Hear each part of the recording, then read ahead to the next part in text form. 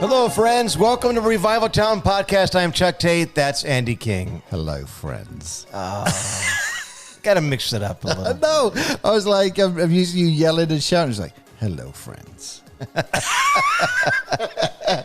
Hey, what can I say? I have a face for radio.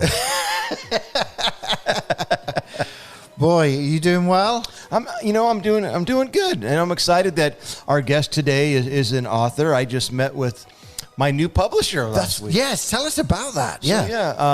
So she lives in California and was in the Chicago area for a writers conference. So I had the opportunity to drive up to meet with her for a couple hours to kind of dream about the book. And really excited about it. Of course, a few months ago we had Esther on the podcast, and she's my literary agent, and she's the one who negotiated this contract with Chosen Books. I can say that. I'm really excited about being chosen. It's not as The Chosen. With The Chosen. Wow. Wow. I'm going to be on the show. Yeah. I am going to be paying this homeless guy that Jesus heals. He's going to write season 5. No, I'm going to play the demon possessed man who was in the cemetery. No, Chosen Books, which is a division of Baker Books, and we've had on, of course, my friend Chet Allen, who used to be the acquisitions editor, among other things, for Baker for years. So this is really, personally, it's really exciting for me, and I love the hands-on approach and getting to work with this woman named Kim.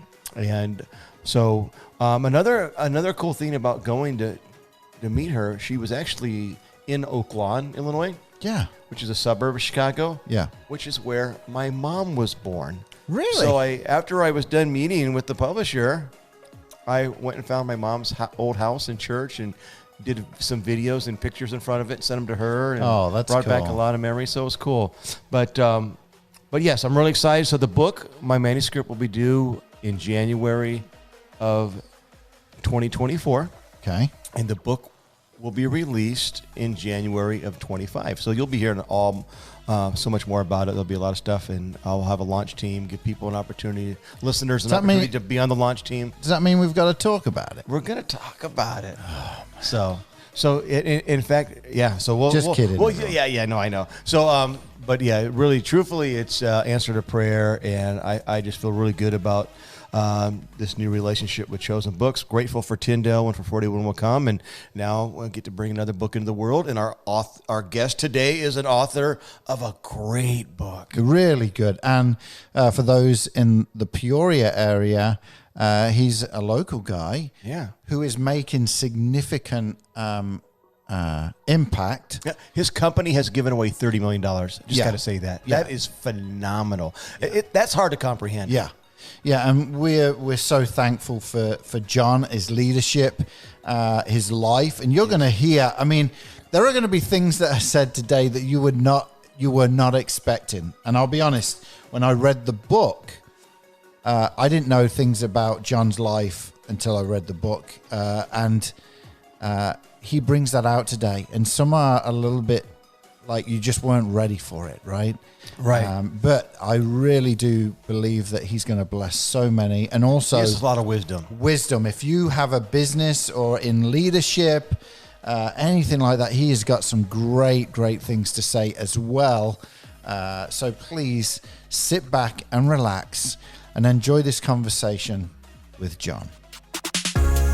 This podcast is part of the Edify Podcast Network. Edify is a faith-inspiring app that brings together thousands of the best Christian podcasts in one place for your listening enjoyment. Cut through the noise and grow your faith by diving into the world's top Christian podcasts today.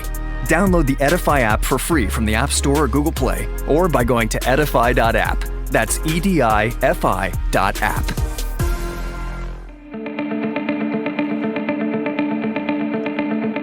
All right, everyone, it's time for another conversation on Revival Town Podcast. Our guest today, John Wieland, purchased a small, virtually bankrupt company in 1994, and today it is one of the largest material handling companies in the world with 1,000 employees.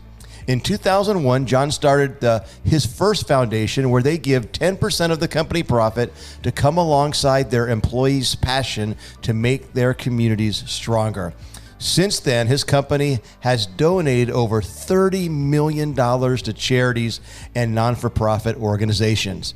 John is the author of a popular book called Uncommon Threads, Weaving a Life Through Family, Business, and Faith. John, welcome to Revival Town. Hey, thank you, Chuck. I really appreciate the opportunity, and thank you, Andy.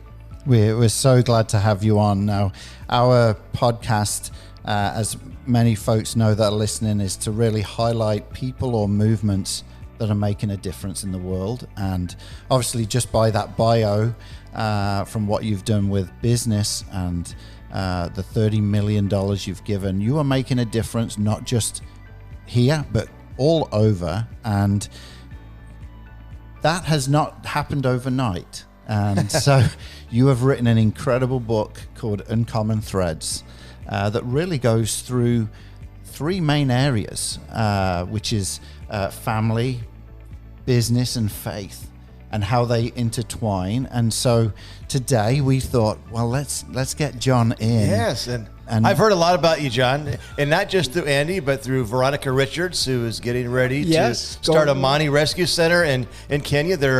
She's been on the podcast, and her and Terry are instrumental part of our congregation. So we're excited to launch them. But I'm just excited to have you here, just because I know Andy speaks highly of you. And when I was going through your book, just your chapter titles alone are worth having you on. Thank you. Thank you. Yeah, I did work on those. So, John, why don't you just unpack for us a little bit? Because a lot of people who are not from Peoria, who may not know you, but yet they've heard Chuck just give a bit of the bio, and they may be checking out the book right now as we're talking. Who is John Wieland? Yeah, first and foremost, John is a sinner saved by grace. Yeah. And I hope I never forget that. I've had good days honoring God, and I just want the listening audience to know that we all have shadows, and we all have struggles, and but despite my struggles, I am willing to put myself out there to be used by God. So I grew up in a home with 3 siblings. My father was a family practitioner.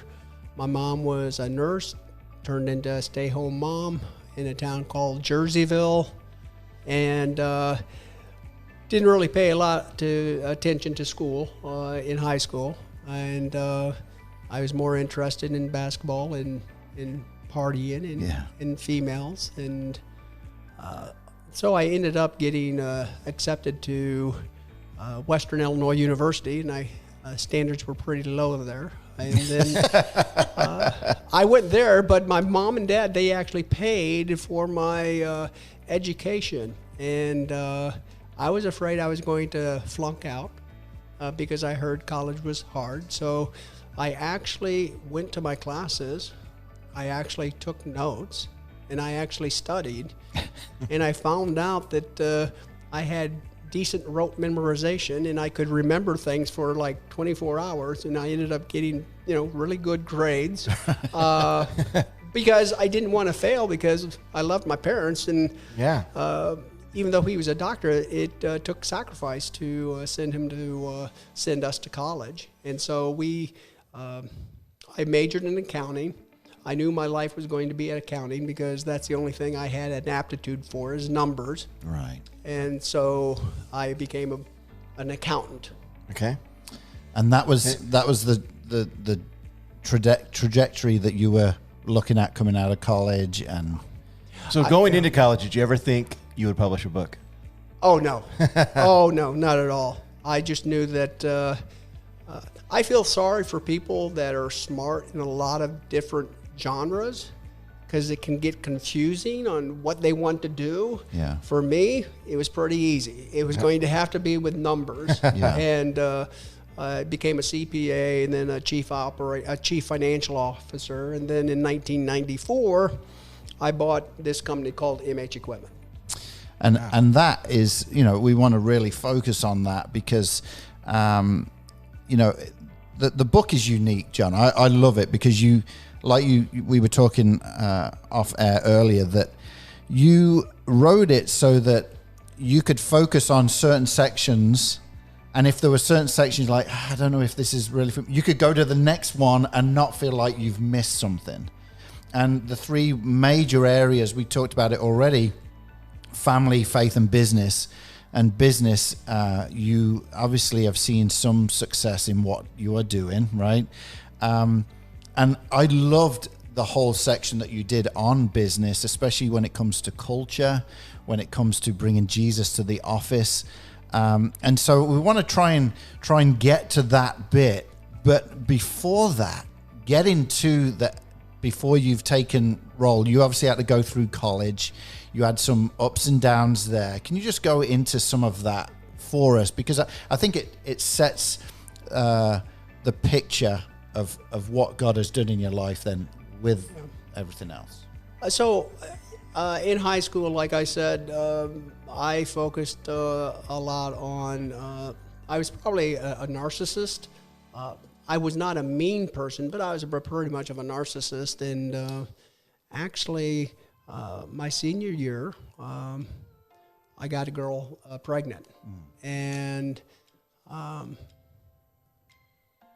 we decided to get an abortion. And fast forward 12 years later, when I'm married, I'm being told by a doctor it's going to be hard for you to have biological children. And so there's a fair amount of self-loathing at that point that I probably killed the only biological child I would ever have. God was gracious, and Julie and I, we adopted 4 newborn babies. And the story of that is incredible. Like when I was reading that, how I feel God placed this doctor right there for when someone has given birth, and that. Can you just go into that a little bit, because that was a real God thing. So 3 of our 4 children were delivered by one specific doctor, and this doctor was a peer or a friend of my father's, and he liked my father. And what better way to say I like you than to give him grandchildren? And so Julie and I, we were not on his list, we were his list. Right. And so periodically the physician is the one, because the young lady says, look, I don't know what to do, because you take care of that for me.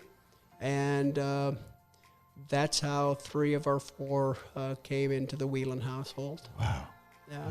Wow, that's amazing. And, the thing for me, I read in the book years later, you connected with the spouses, you connected with the lady from back in high school that had the abortion. What was that interaction like? So in the book, anytime somebody was involved in the book, I would send them the content so they could touch it. I did not want to ever be in a place where somebody was in the book and say, was that one-sided? Right. So I wanted to have clean hands with anybody that was in the book. So I sent this lady the transcript about the abortion, and it just said, all I remember is I paid for the abortion. She wrote back and said, this is, I appreciate this. And I'm actually going to read the insert of the book. Yeah. So it says, I told her my memory was that I paid for the abortion. She had different memories. And she said this, I remember you telling me you had plans for college and that we were too young. I remember being at the abortion clinic, sitting on a beanbag chair in the waiting room, waiting for them to call my name. I remember the pain of the procedure.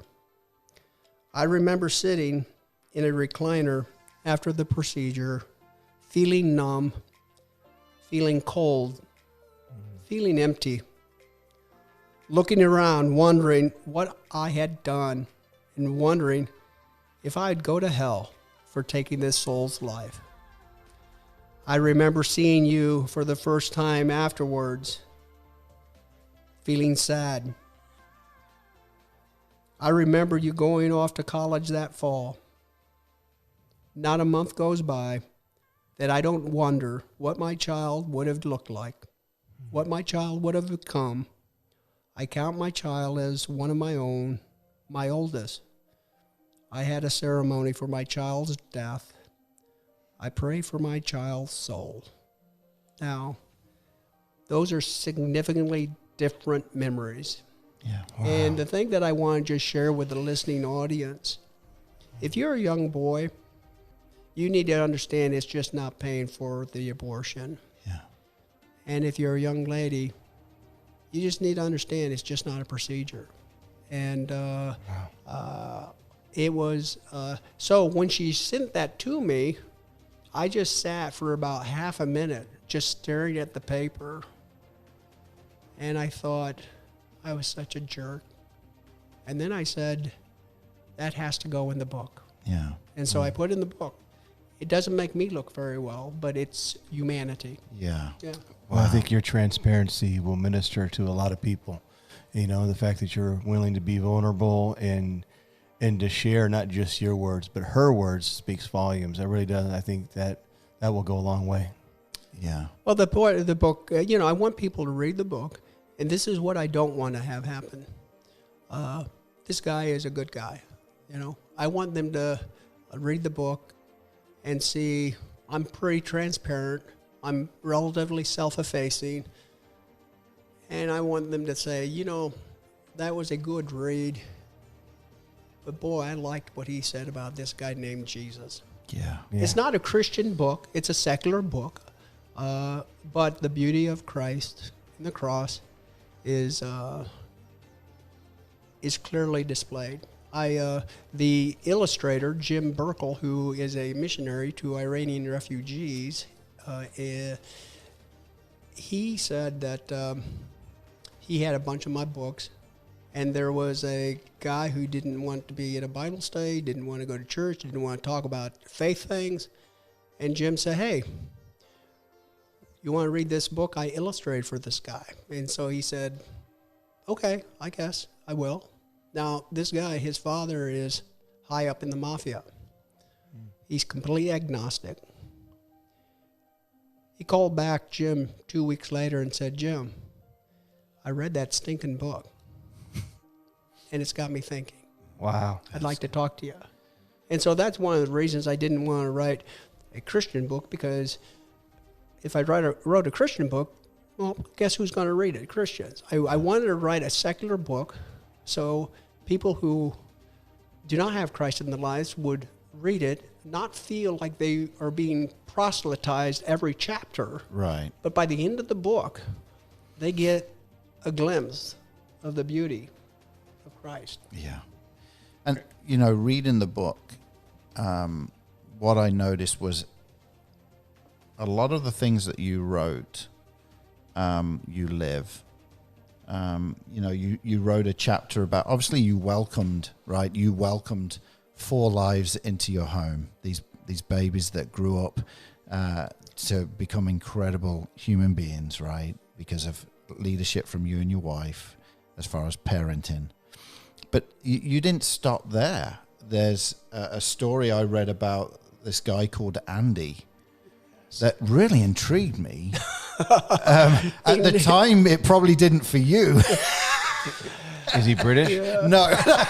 Yeah, thanks for letting me sleep on your couch. No, but can you just Yes. unpack that a little bit? So it was before we actually had kids, and Julie and I, we've always felt like we want to hold our possessions loosely. If God wants to take away our possessions, He's sovereign and He can do that. I just never wanted it to be because we were selfish. Right. And so Julie was working for emergency response service, and she met a guy who was just struggling in life, and we invited him to live with us, and he lived with us for about 6 weeks.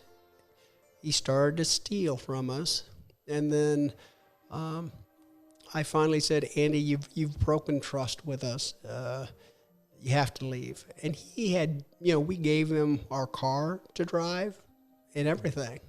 About a week later, we open up the newspaper, and there's a sketch of somebody that they're looking for. And Julie said, my gosh, that looks like Andy. Andy had abducted somebody from ICC, took them out to the country, shot them in the head twice, and stole their car. Now, by God's grace, for some reason, those bullets just glanced off the skull of the lady. And she actually survived, actually did not spend the night in prison. I mean, in the hospital. Wow. But they did catch Andy, and he got sentenced to 99 years in prison. And Julie and I was like, well, why didn't he just steal our car? Why didn't he shoot us? And we don't understand those things. Sure. But people ask, John, did you regret ministering to Andy?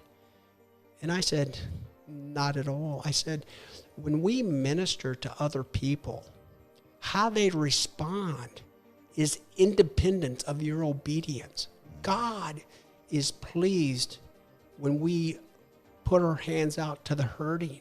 How they respond, that's their deal. Yeah. And if we would have shut down having people in our house, we've had dozens of people live in our house over the years, and we have been so blessed by their stories and their encouragement. And so that's a big lesson that I learned, that you do the right thing because of the right thing, not because of how the recipient responds. Yeah. Wow. So good. He could be sitting in prison and recalling some of the things that you instilled within him, and hopefully faith is a big part of that. Yeah, I have not, we connected a few times over the years, but over the years I've kind of lost track of Andy. Yeah.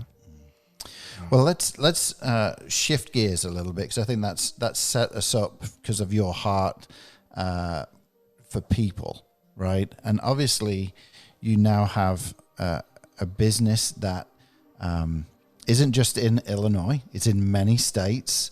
900 staff members. Correct me if I'm wrong on some of this. This week we just went over 1,000. Okay, so 1,000 staff. So we hit that mark. That's amazing. So, and again, you don't do that overnight, and you don't do that by chance, right? And so let's go into a little bit about business and, some of the things that you wrote about in the book, Jesus at the Office, and also if we can touch on values and culture are the secret sauce, right? Because I think there are people that, they're hearing you're on and want to know, not that it's like the secret recipe to get there, but what are some of the values, some of the things that you hold dear to when it comes to business? Yeah, Julie and I, we've just always been lucky. We've just never been a lover of money, and it's just something to use. I mean, God's currency is people. It's not dollars. Right. And so we wanted, when I bought the company, we just wanted to honor God, how we treated our employees. And actually, I'm doing leadership training now, and I tell our leaders, I say this, because over the years, I've been asked 1,000 times, so you have a Christian company? And I always respond, we are not a Christian company.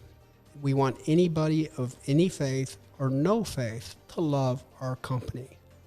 But we do attempt to run the business on biblical principles. The key word is attempt. Yeah. We will always say attempt, because the day I say we run the business on biblical principle, in about 25 minutes, they're going to call me a liar, because somebody in the company didn't do something that's right. And then the logical question is, okay, so what do you mean biblical principles? What are those? And it's simple. It's let your yes be yes and your no be no, Pay your laborers their fair wages. Pay your taxes. Render unto Caesar the things that are Caesar's. Take some of your profits and give to the least of us. And that's why we have that foundation where we give 10%. And then I have a little fun with my group, and I said, the last biblical principle is don't suck at your job. And people always giggle about that. But I said, hey, look it up. It's a biblical principle. And so actually there are thousands and thousands of companies who actually try to run their business on biblical principles, and they don't even know it. I just give credit to the source of those principles. Yeah, I think you should have an employee of the month receive a T-shirt that says "I don't suck." Well, I'll tell you this: some days I can't wear that. So. Oh man, well, why don't you unpack that a little bit? You know, I read in here. Obviously, you talk a lot about mission, vision, and values, and I think that. For business as well as nonprofits is really crucial. Well, yeah, and so about 6 years ago, we did one strategic planning session that somebody else paid for. We've never had more than an annual budget. Things change so quickly. We just want to be in the presence and be reactive to the opportunities as they present themselves. And so we've never had this is what we want to do in 5 years. Right. We just don't do that. But we wanted to have value statements that we believed in.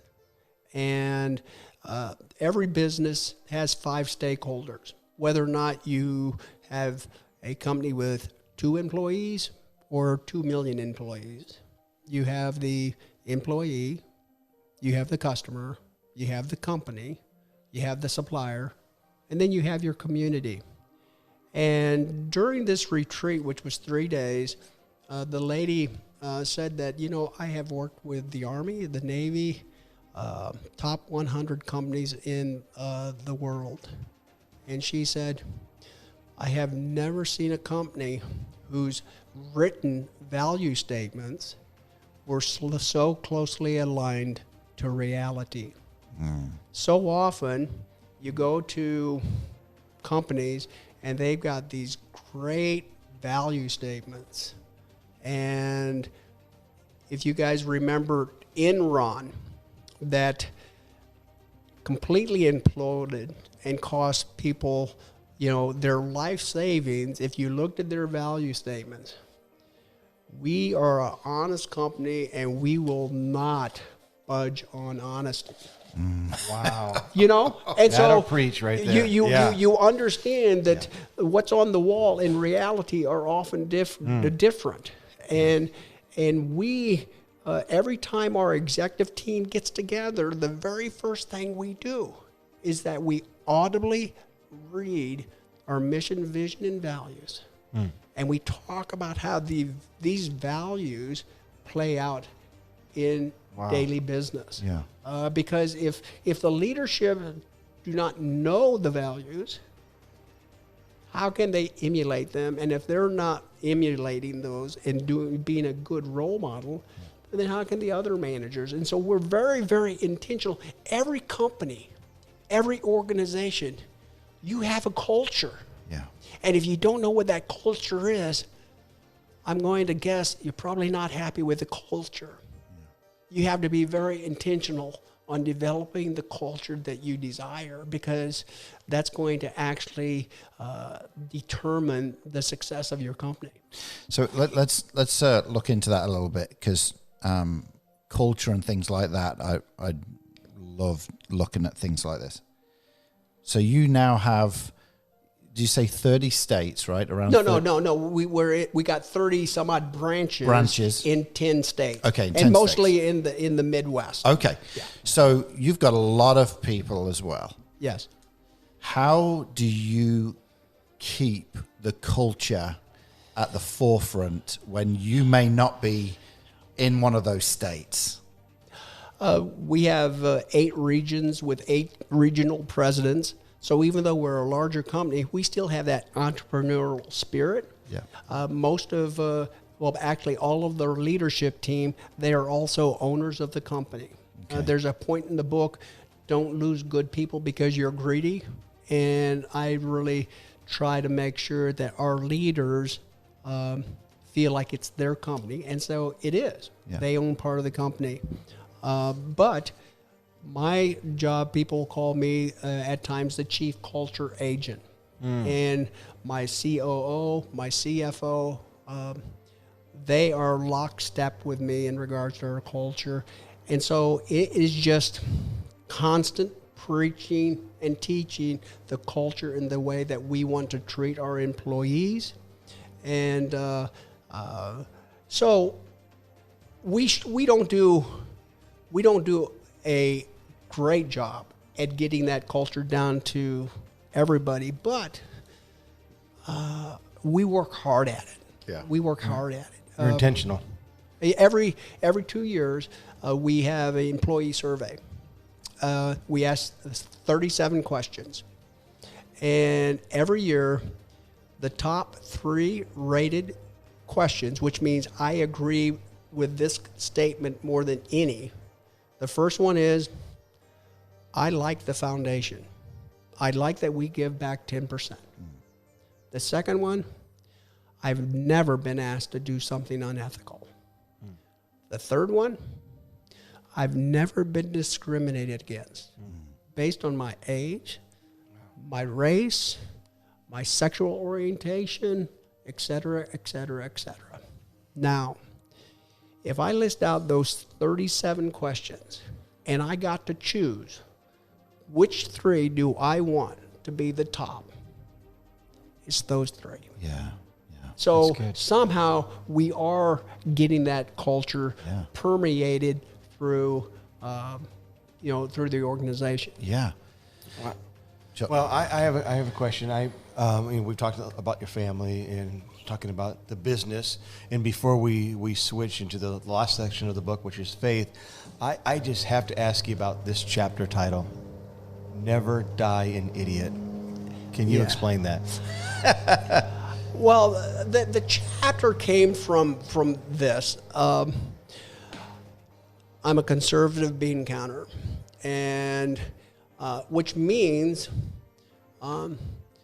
if I had to spend the night someplace, I would spend the night at the cheapest hotel possible. And at this time, we probably had 500 employees. I was in Indianapolis, and I stayed at the Dollar Inn off the interstate. Now, for the listening audience, they also rented rooms by the hour. So you probably can tell what type of hotel it was. So I actually was in there, and there was a lot of activity going on, and then there was an epiphany. I think I could die tonight. And then I was thinking what my obituary would say. It would say something like, John Wieland, a marginally successful businessman, was staying at a flea-bitten, drug-ridden hotel to save $14, and he died an idiot. You know? So I just decided that, don't do things that if you die, people are going to read your obituary and think, what an idiot. And so it's like taking selfies, by a cliff. It's like doing something road rage, and there was a story where, it was icy and a semi passed a lady. A lady didn't like what happened, so she passed the lady, turned around, flipped the truck driver off, lost control of the car, got in a wreck and died. You feel sorry for the lady, but it's like, ouch. You know, and so that's just kind of a fun chapter on different ways not to die as an idiot, and I guess share examples. But it actually started with me, and so now I will stay not in a luxury hotel, but I will stay in hotels that are remotely safe. Well, let's before we come to a close, I want to just touch on the last chapter, which is your faith. And really, obviously, this is a fairly new book, but you talk about something that happened in 2018 that for most, it would rock their faith. Can you just open that up a little bit? So in 2018, I'm sitting at a doctor's office, and he says, John, you have cancer. And it's called myelodysplastic syndrome. My bone marrow was not providing sufficient red blood cells that provides oxygen to the heart. One doctor said my condition was not sustainable. Another doctor said I was blood transfusion dependent. Both of those are just nice ways to say, if you don't do something drastic, you're a dead man walking. Yeah. So Julie and I decided that I should get a bone marrow transplant. I brought my kids together to inform them, and I said, look, during this journey, we will hear news that we like, and we're going to hear news that we don't like. Let's just not focus on the daily news. Let's focus on our fundamentals, that God is sovereign and that he's good and he's for us, regardless of what happens. Yes. And so, fortunately, during that time, we really ended up not getting a lot of news that we didn't like. But some of the things that I learned, one thing that I learned is about prayer. I am just not a strong prayer, and I'm embarrassed by that. But when Julie and I were in Rochester, Minnesota, we had probably 1,000 people praying for us, even people I didn't know. But we asked, we want to pray for you. So give us your prayer request. So we had over 100 prayer requests that we would be praying for. We'd be spending an hour in prayer. And that was a beautiful thing. But one thing that actually I realized is we were praying for people who had just broken marriages, broken lives, failed businesses, children dying. When people are honest about their fears and their struggles, deeper intimacy can happen. But the thing that really turned the corner for me is I meet with a group of guys, and one of the guys asked me to pray about a family member. And so while Julie and I were praying, I would text him and I'd follow up and said, how's things going? When I got back from Mayo's and we were back together as a group, he was talking about his family situation. And then he was talking about getting texts from me while I was at Mayo. And he broke down and he cried. He said it was so meaningful for me to reach out to him, considering the things I was going through. And I realized our relationship has never been the same.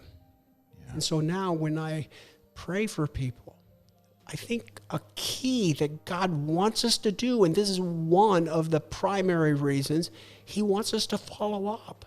Yeah. So when I pray for you, Andy, I should be calling you and say, hey, I've been praying for you. What's the status? And that's where the community, gets a little smaller, a little softer, a little warmer. Yeah. Yeah, that's good. Yeah, follow up. That, I mean, boy, because we all get back into life. We've prayed for someone, you get into life, and you could be months down the road going, oh, I wonder what's going, and you're absolutely right. If reaching back out can actually, not so much to God, but to the individual, mean more than the prayer, because you care. You it's not just the 3-5 minute prayer, it's intentionality afterwards. You just love more deeply. Sorry. Yeah. Oh, no, I was going to say, there's a lot of people that say, I'm praying for you, and then they don't. It's just, in their mind, they're offering a condolence. They're trying to make them feel better by communicating that they're praying when really they're not. So I think it's so important when we say we're going to pray for somebody that we do. But how much more will it mean if we do what you just said and we follow up on it? Yeah. That's powerful. Well, John, would you take time right now just to pray for our listeners? We've obviously covered a lot of different areas today. But just something that may have hit strongly with you, especially with your faith, and maybe the listener that's going through some battles right now, maybe health, maybe some decisions that are being made, family-wise, business. Could you just lead us in prayer? Heavenly Father, we bow before you. I just pray that if any of the words today were from you, that it would just hold tight with the listening audience, and just the noise that came out of my mouth that doesn't amount to anything, they would quickly forget. And just pray for each of the listeners that they would know that you are a loving Father and that you are for them. It reminds me of the prodigal son who went out and just blew everything. He had no money, he had no food, he had no clothes, he had no shoes, completely destitute. He turned his back on the Father, and he decided, I'm going to return just to be a servant. But when his father saw him, he ran, and he had compassion. And he killed the fatted cow to make merry. He put a robe on him, rings on his fingers, shoes on his feet. I just want all of us to know that Father, that's the Father that we worship. And if we are in a place that we don't need to be, that we would just simply turn and take that first step. And it's the Father that comes running. We don't need to grovel at his feet. Just that he loves us and he is for us. In Jesus' name, amen. Amen. Amen. Thank you so much, John. And I think we just need to remind everybody that's listening that the book is called Uncommon Threads. It's available on Amazon and I'm sure other places. And I just want to remind everybody that the book is in 3 sections. Family is the first section. Part 2 is about business. Part 3 is all about faith. And I'm going to read some of these chapter titles that we haven't mentioned because I think people will be interested to just get them to go and to purchase the book, hardback copy. I downloaded the Kindle version. So here we go. Differences are what makes the world go round. A Christian and a Muslim meet at the airport. We already mentioned values and culture are the secret sauce. You can only give what you got. A mature Christian versus a drunk teenager, right? And so you want to take Jesus to the office. I mean, those are some great titles and many, many more. So I encourage you guys, get the book. Yeah. Oh, thanks. I appreciate that. Yeah. Well, we do something, John, at the end of every podcast called the Big Three. And the Big Three are 3 questions that really don't have anything to do with, it has everything to do with you, but maybe not what we've talked about today. So, Chuck, do you want to start off with this one? Sure. All right. Okay. All right. Well, you mentioned staying in affordable hotels and not luxury. Perhaps somebody was listening and maybe they're wondering, what's a good one? What would you recommend? Priceline and a 3-star hotel is probably where you minimally want to get to. But if you can get a good price and stay at a Hilton Garden or someplace, Hilton Gardens are pretty nice. That's good. All right. Yeah, that's good. Okay, so you obviously have traveled quite a lot. Yes. Just got back from Australia. Yes. In Perth, which is where I was for a year, way back when I was a teenager. Wow. Beautiful area. But what is your favorite place you've ever visited? I'm going to say 2 places. One, the Grand Canyon. Okay. And everybody in the listening audience can get to the Grand Canyon. Yeah. The other experience that Julie and I had is in South Africa, we went to Kruger Park and went on some safaris where you saw, lions and and elephants and giraffes and zebras in their natural habitat. Yeah. And we've seen like castles and stuff, and once you see like 2 castles, it's like been there, done that. But to see the beauty of God's creation, which is the Grand Canyon, and then just wildlife, those would probably be my 2. Wow. All right. Yeah. All right. Last question is, what does John Wieland like to do for fun? I am 65 years old, and last night I played basketball. People will say, "You really play basketball?" And I say, "Well, I don't run, I don't jump, I don't cut. So I don't know if I'm really playing basketball. I shoot a lot, and I talk a lot of trash to people. And so I like to do that, and then spending time with my new granddaughter. And my favorite relaxing TV stuff is I've probably seen every episode of Everybody Loves Raymond probably at least 5 times. Oh, man. Hey, I love that We watched show. that in our house. Okay. My favorite character is Robert. Yes, I just love that show. So anyway. Raymond. Well, John, we want to thank you so much for coming on to Revival Town podcast today. You have blessed us and also the folks that are listening. So thank you for sharing your time with us today. I appreciate it a lot. Thank you, guys. Thank you. Man, I tell you, he has so much to offer, doesn't he? Oh, man. And like I mentioned earlier, I thought I knew John many years, and then the book came out and read it, and you're like, wow, and I think sometimes, there's that thought of, when you're around someone a lot, you don't see the real impact of what they're having elsewhere, right? I mean, Right. when you start reading some of the stats, and he would hate us for highlighting the stats because that's the guy he is, but 30 million to charities, non-profits, business, he's bringing in 300 million. The business has brought in 300 million in 10 states, 30 branches, over 1,000 employees. I just thank God for him and what he brings, not just to folks that he touches every day, but there's 1,000 people that he's impacting every day by looking after them, by giving them a good wage, right? You know what I mean? Yes.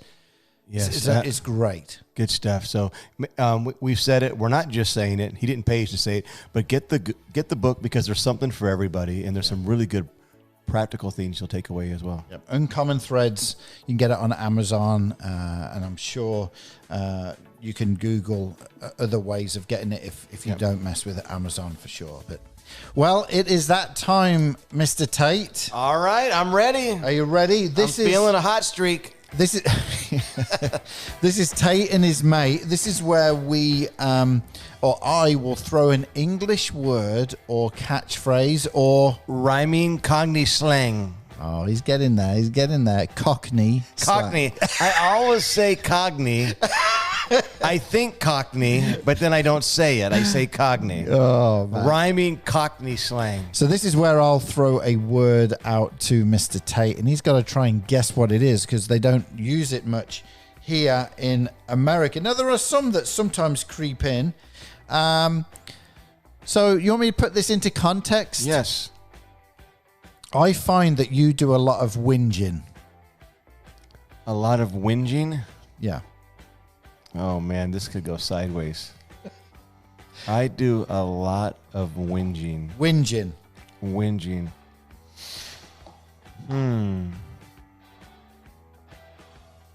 Whinging.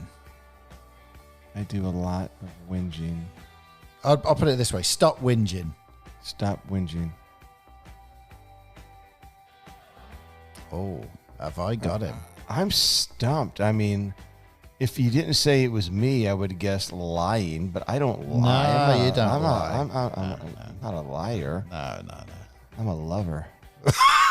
Whoa. Different podcast. Welcome to Smooth Talks. Wait. Doctor. Oh, yeah. I want to give it up for Andy, the love doctor. Okay, I don't know. Whinging, whining. Whining. Man. So I know you don't really do a lot of whining. Oh, my heart. But you could say, my staff do a lot of whinging. There you go. Right. Oh, that's good. That's good. You got me. That's good. That's so good. much for a hot streak. I know. I'm going to be whinging about that. Well, thank you again for listening. And remember, on our website, we do have a whole merchandise apparel that you can get with Revival Town t-shirts and hats and baby outfits and all kinds of stuff. Yeah. Get it. Go and get some stuff on there. And please be telling people about the podcast. Yep. We do this for you. All right. Well, thank you so much for listening. Thank you again, John, for coming on today. And you'll hear from us next week. Yeah, every Monday. All right. See you soon. Bye. Thank you for listening to this episode of Revival Town Podcast. Make sure you're following us on social media and remember to subscribe wherever you listen to podcasts. For more information, head on over to revivaltownpodcast.com.